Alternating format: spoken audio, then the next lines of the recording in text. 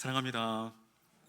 네, 오늘 예배 자리에 나오신 우리 교회 성도님들 주의 이름으로 크게 환영하며 넘치도록 축복합니다. 옆에 계신 소중한 분들과 함께 우리 손 잡아주며 따뜻하게 우리 사랑과 축복의 인사 함께 나눌까요? 사랑합니다. 축복합니다. 네, 손 안 잡아주시는 분들은 싸우고 오셨나 본데요. 네. 이제 가을이 되니 때가 때인 만큼 또 여기저기에서 기쁜 소식이 들려오곤 합니다. 어떤 소식일까요? 제가 살찌는 소식. 바로 결혼 소식입니다. 근데 여러분 모두 표정들을 보아하니 그래 어디 한번 해봐라 그런 표정들이신 것 같아요. 사실 저는 딸을 가진 또 아빠로서 저희 딸이 시집을 간다고 생각하니 상상을 하니 마음이 벌써부터 슬퍼집니다. 참고로 저희 딸은 지금 10살입니다.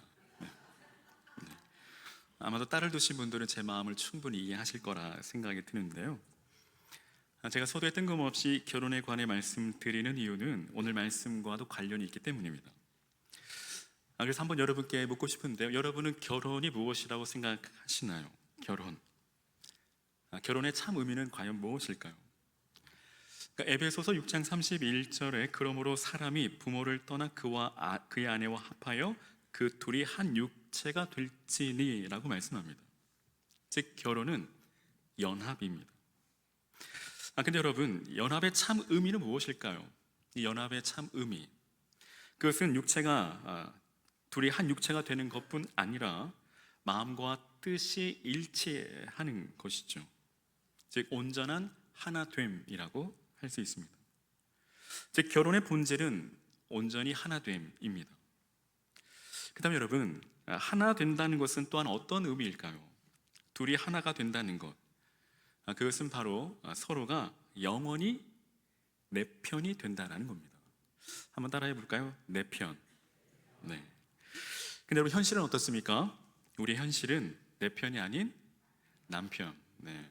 우리 아내 되시는 분들은 날마다 경험하며 살고 계시죠? 네. 솔직히 저도 그렇습니다. 부정하지 못하겠는데요. 근데 여러분, 우리 신앙생활도 이와 동일하다라는 것입니다. 즉 신앙생활은 바로 그리스도와의 온전한 연합입니다.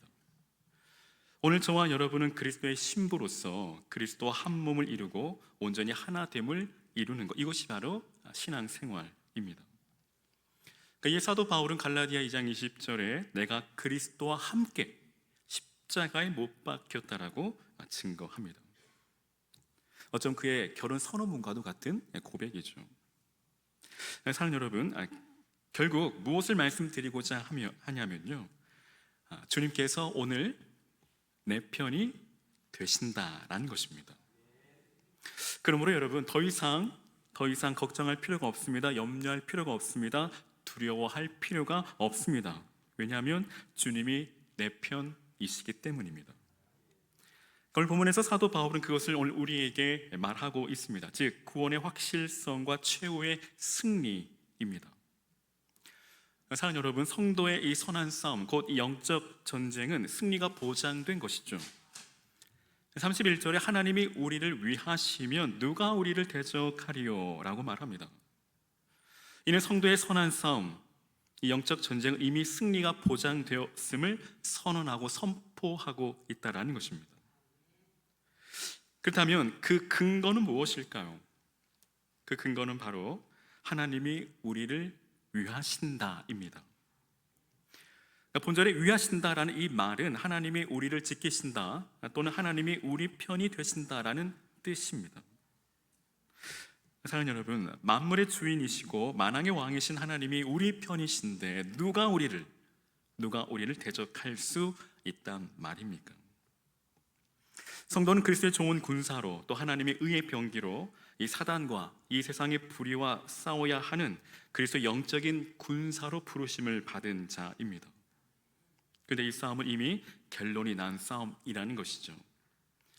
즉 예수 그리스도께서 십자가에 죽으시고 부활하심으로 이 사단의 모든 죄와 사망 권세를 이기시고 승리하셨다라는 것입니다. 이미도 그 승리를 우리에게 보장해 주셨다라는 것이죠. 근데 여러분, 그 승리하신 주님께서 오늘 내 편에 서 계실 뿐만 아니라 그 주님이 우리의 대장이 되신다라는 것입니다. 그러니까 그 옛날 여호수아가 앞장선 이 가나안 정복 때 이스라엘 백성들이 승승장구했던 이유는 무엇일까요? 그 역시도 하나님께서 이스라엘 군대 편에 계셨기 때문입니다. 이와 동일하게 하나님은 오늘도 내일도 영원히 우리와 함께 하심을 믿으시기를 바랍니다. 우리는 사단의 죄와 사망의 권세에 대항해 늘 싸워야 합니다. 이 싸움은 피할 수 없습니다. 하지만 우리가 이 싸움에서 패할 때가 있습니다. 죄로 인하여 실족할 때가 있습니다. 믿음이 연약하여 이 사단의 권세를 두려워하고 무서워 떨 때도 있습니다. 그러나 결국 하나님께서 모든 것이 합력하여 우리로 하여금 반드시 이기도록 섭리하신다라는 것입니다. 최후 승리를 얻게 하신다라는 것이죠. 비록 지금은 실패하는 듯 보여도, 지금은 패배하는 듯 보여도 최후 승리를 얻게 하신다라는 것입니다. 그러므로 성도는 범사에 담대함으로 맞서야 합니다. 여리고성과 같은 이 세상, 결코 무너질 것 같지 않는 이 세상, 이 골리앗과 같은 이 세상에 여러분, 우리가 두렵고 떨 것이 아니라 오늘 내 편에 서서 계신 그 주의 도우심을 의지하며 담대함으로 나아가야 한다는 것입니다. 특별히 시편 118편 6절에 시인은 이렇게 노래합니다. 고백합니다. 선포합니다. 여호와는 내 편이라 내게 두려움이 없나니 사람이 어찌할꼬. 사랑하는 여러분, 하나님은 언제나 그리고 영원히 내 편이 되심을 믿으시기를 바랍니다. 또한 내 편이신 그분은 가장 큰 은혜를 우리에게 베푸실 뿐 아니라 크고 작은 은혜, 즉 우리의 필요와 쓸 것을 미리 아시고 채우시고 공급해 주시는 분이라는 것입니다. 오늘 32절에 성도에게 필요한 것을 공급하시는 그 하나님의 섭리에 대한 사도 바울의 증언입니다. 즉 하나님께서 자기의 아들 독생자 예수 그리스도까지도 아낌없이 내어주셨거늘 어찌 다른 것들을 은사로 주시지 않겠느냐라는 사도 바울의 반문입니다. 여러분, 하나님은 하나님 자신보다 더 소중한 하나님의 전부인 독생자 예수님을 오늘 죄인된 우리를 위해 십자가에 아낌없이 내어주셨습니다. 이것이 바로 하나님의 절대적인 은혜라는 것이죠. 즉 하나님이 베푸실 수 있는 가장 크고 또 가장 놀라운 은혜라는 것입니다. 한마디로 어메이징입니다. 근데 여러분, 절대적인 은혜를 베푸시는 하나님께서 또 이 상대적인 은혜, 즉 크고 작은 은혜들을 베푸시는 것을 왜 아까워하시겠느냐라는 것입니다. 여러분, 가령 어떤 아버지가 자녀에게 집을 상속한다고 했을 때 집을 상속시켜준 아버지가 자녀에게 그 집안의 가구가 아깝겠습니까? 마찬가지로 하나님은 당신이 가장 아끼는 또 가장 소중한 자신의 전부인 그리스도를 우리에게 주셨는 바 그 밖의 은사들까지 더욱 아낌없이 주실 것은 너무도 자명한 일이라는 것입니다. 오늘 본전의 모든 것을 우리에게 은사로 주시지 않겠느냐라고 말씀하시는데 이 모든 것은 곧 만물, 이 세상 모든 것을 가리킵니다. 그러므로 우리들은 이 세상을 어떻게 살아가야 할지 염려하거나 근심할 필요가 없다라는 것이죠. 우리 주님은 이미도 우리의 모든 상황과 형편과 처지를 다 알고 계십니다. 오늘 우리의 필요와 쓸 것을 미리 아시고 채우시는 우리의 유일한 공급자이시기 때문입니다. 누가복음 12장 29절과 30절에 너희는 무엇을 먹을까 무엇을 마실까 하여 구하지 말며 근심하지도 말라. 이 모든 것은 세상 백성들이 구하는 것이라 너희 아버지께서 이러한 것이 너희에게 있어야 될 줄을 아신다라고 말씀합니다. 고로 빌립보서 4장 6절에 아무것도 염려하지 말고 오직 모든 일에 기도와 간구로 너희 구할 것을 감사함으로 하나님께 아뢰라고 말씀하십니다. 고로 오늘 저와 여러분, 오늘 우리의 유일한 공급자 되신 주님 앞에 나아가 날마다 그분으로부터 새 힘을 얻어 이 거친 이 광야 같은 세상을 넉넉히 이기며 승리하며 살아가시기를 주의 이름으로 간절히 축원합니다. 사랑하는 여러분, 뿐만 아니라 하나님 앞에서 그 누구도 우리를 정죄할 자가 없다라는 것입니다. 38절은 하나님께서 의롭다고 선언한 이 성도를 송사할 자는 없다라고 말하는 이 사도 바울의 증언인데, 그러나 이는 성도에 대한 이 송사가 전혀 없다라는 말이 아니죠. 송사해봐야 아무런 쓸데없다, 의미가 없다라는 말입니다. 즉 성도를 정죄함으로 멸망케 할 수 없다라는 것입니다. 여러분, 성도를 하나님 앞에서 송사하는 자가 누구입니까? 바로 사단입니다. 이 사탄은 성도를 하나님 앞에 늘 송사합니다. 그는 참소하는 자입니다. 즉 사단은 우리가 조금만 실수하고 잘못해도 그것 봐라, 너는 가짜야, 너의 신앙은 거짓이야, 너는 위선자야, 너는 하나님의 자녀가 아니야, 너는 그런 직분을 맡을 만한 자격이 없어 라고 우리를 참소하고 우리를 송사합니다. 그럴 때 우리들은 자기 자신의 그 존재에 대하여 무력함을 느끼고 깊은 회의감에 빠져 또 우리의 구원까지도 의심하게 합니다. 내가 과연 하나님의 자녀일까? 내가 과연 이 직분을 맡은 자격이 있는 자인가? 라고 고뇌합니다. 그러나 여러분, 오늘 우리를 의롭다 하시는 이는 바로 하나님이십니다. 고로 우리는 사단의 송사를 물리쳐야 합니다. 하나님이 우리를 의롭다고 칭하신 것은 오늘 우리가 완전 무결한 존재이기 때문이 아니라 오늘 나를 위해 피 흘리신 예수 그리스도의 그 보혈의 공로 때문입니다. 오늘 우리가 의롭게 된 것은 바로 예수님의 그 십자가의 그 핏부림을 받은 자이기 때문이죠. 이는 결코 우리의 행함이 아닙니다. 우리의 공로가 아닙니다. 우리의 자격이나 우리의 그 어떠함이 결코 아니라 오직 예수 그리스도의 십자가 보혈의 공로라는 것입니다. 만약 우리가 죄를 범했다면 예수 그리스도의 이름으로 회개하면 됩니다. 그러나 이 회개 역시도 말뿐인 회개가 아니라 우리의 마음을 찢는 참 회개를 뜻하죠. 사랑하는 여러분, 사단은 지금도 우리를 송사하고 우리를 참소합니다. 하지만 그것은 거짓일 뿐입니다. 우리를 시험에 빠뜨려 하나님의 사랑과 진리를 믿지 못하게 하고 하나님에게서 끊으려 하는, 우리를 떨쳐내려 하는 사단의 계략일 뿐입니다. 사단은 현재에도 또 미래에도 앞으로도 우리를 여전히 죄인으로 몰아갈 것입니다. 송사할 것입니다. 참소합니다. 하지만 여러분, 그때마다 기억하십시오. 우리 하나님은 최고의 재판장이십니다. 그분께서 우리를 의롭다 칭해 주셨습니다. 이미도 재판을 끝내셨습니다. 그것으로 끝입니다. 그걸로 더 이상 그 누구도 그 무엇도 우리를 정죄하지 못한다라는 것입니다. 그러 오늘 저와 여러분, 우리가 이 약속의 말씀을 믿고 이 구원의 확신에서 결코 흔들리지 않는 믿음의 삶을 살아가시기를 주 이름으로 간절히 축원합니다.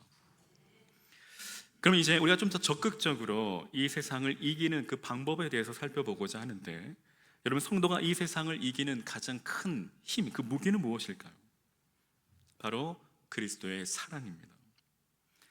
오늘 35절로 37절은 성도가 이 세상에서 당하는 그 어떠한 고난도 그리스도의 사랑으로 말미암아 능히 이길 수 있다라는 사도 바울의 증언입니다.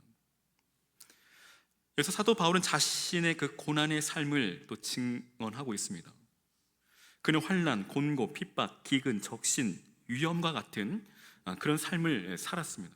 그의 삶에 언제나 위협이 도사리고 있었고 그는 고난을 피해 살아갈, 항상 그의 삶에 고난이 따라다녔습니다. 그는 복음을 전하다 옥에 갇히기도 하고 매도 무수히 맞고 여러 번 죽음의 위기를 맞이했으며 또 여러 번의 여행에서 강의 위험과 강도의 위험을 당했고 또 주림에 목마르고 여러 번 굶고 춥고 헐벗었습니다.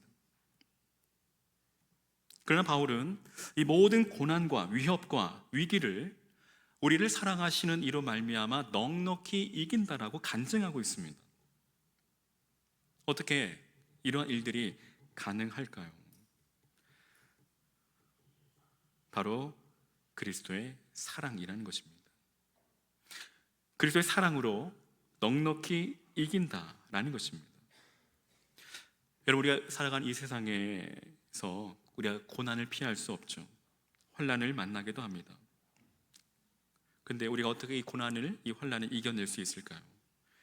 오늘 넉넉히 이긴다라는 이 말은 오늘 신약 성경 중에 오늘 본문에서만 유일하게 사용되고 있는데 이 말의 뜻은 압도적인 승리를 뜻합니다.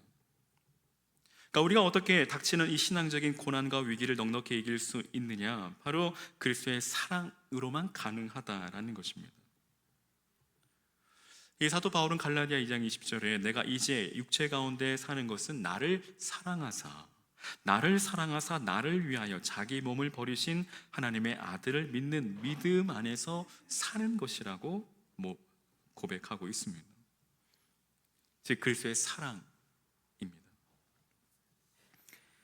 이처럼 성도는 내 의지로 이 세상의 고난을 이기는 것이 아니라 그리스도의 사랑으로 또 주를 믿는 믿음으로 극복해 나가는 것입니다. 그것도 간신히가 아니라 넉넉하게 극복할 수 있다라는 것입니다. 이길 수 있다라는 것입니다. 그리스도의 사랑을 힘입으면 모든 것이 가능하다라는 것입니다.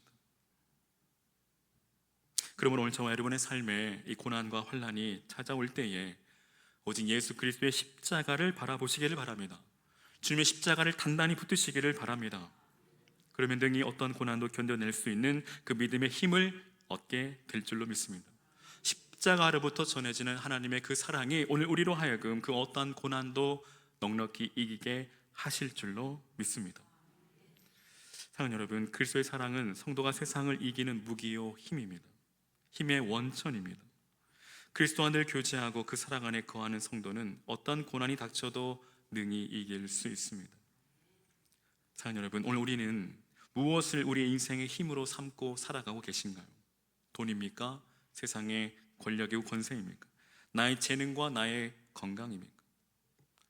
사랑하는 여러분, 성도는 오직 그리스도의 사랑을 힘입어 그 사랑을 또한 무기로 삼아 살아갈 때에 우리는 승리할 수 있습니다.